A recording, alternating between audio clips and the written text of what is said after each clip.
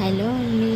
మనము బర్త్డేస్కి కానీ any special అకేషన్స్కి కానీ వేరే గిఫ్ట్ ఐటమ్స్ కాకుండా ఇలా ప్లాంట్స్ ఇస్తే ఎంత బాగుంటుంది కదా. అలానే ఈ ప్లాంట్ కూడా నాకు 10 months బ్యాక్ గిఫ్ట్గా వచ్చింది అనమాట. ఆ స్టోరీ నేను లాస్ట్లో చెప్తాను.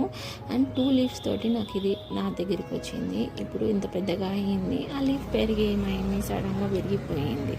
సో దాన్ని పడేయడం ఇష్టం లేక వేరే దాంట్లోకి పెట్టుకుందాం అనేసి తీసుకున్నాను ఈ పాట్ అనమాట.